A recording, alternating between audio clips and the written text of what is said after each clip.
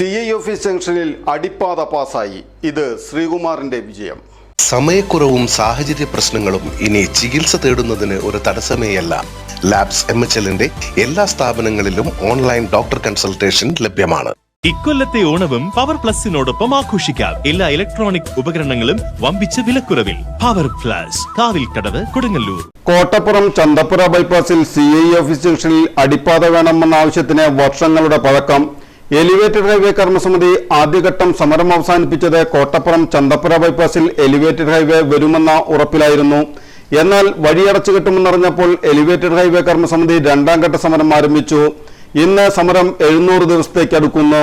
ഇതിനിടയിലാണ് BJP Thrissur south ജില്ലാ പ്രസിഡന്റായി AR ശ്രീകുമാർ ചുമതലയേറ്റത്.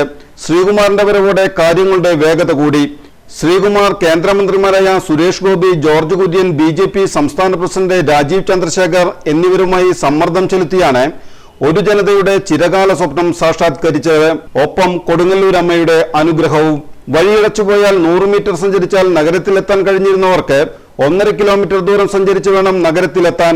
CI ഓഫീസ് ജംഗ്ഷനിൽ പടക്കം പൊട്ടിച്ചാണ് ജനങ്ങൾ സന്തോഷം പങ്കുവച്ചത്.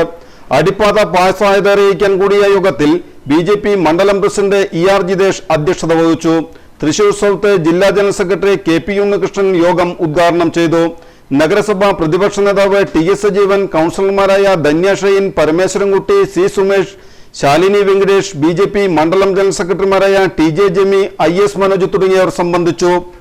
സുമേഷ്, അതുപോലെ ധന്യ ഷൈൻ, അതുപോലെ തന്നെ ശാലിനി വെങ്കടേഷ്, പരമേശ്വരൻകുട്ടി ഉൾപ്പെടെയുള്ള കൗൺസിലർമാരുടെ നിരന്തരമായിട്ടുള്ള സമ്മർദ്ദത്തിന്റെ ഫലമായിട്ട് ഭാരതീയ ജനതാ പാർട്ടിയുടെ ശ്രീകുമാർ ഉൾപ്പെടെയുള്ള നേതാക്കന്മാരുടെ സമ്മർദ്ദ ഫലമായിട്ടാണ് സ്വാഭാവികമായിട്ടും ഇന്നലെ ഡൽഹിയിൽ വെച്ചിട്ട് ദേശീയപാത അതോറിറ്റി മെമ്പർ ശ്രീ വെങ്കിട്ട രമണ, അതോടൊപ്പം തന്നെ നവീൻ ഉൾപ്പെടെയുള്ള ഡെപ്യൂട്ടി ജനറൽ മാനേജർ നവീൻ ഉൾപ്പെടെയുള്ള ആളുകളുമായിട്ട് ഇന്നലെ ഉദ്യോഗസ്ഥന്മാരുമായിട്ട് ഇന്നലെ PK കൃഷ്ണദാസി അടക്കമുള്ള നേതാക്കൾ നരേന്ദ്രമോദിജിയുടെ അറിവോടെ ചർച്ച നടത്തിയതിന്റെ ഫലമായിട്ട് ഇന്നലെയാണ് ഇതിന്റെ തീരുമാനം വന്നിട്ടുള്ളത്.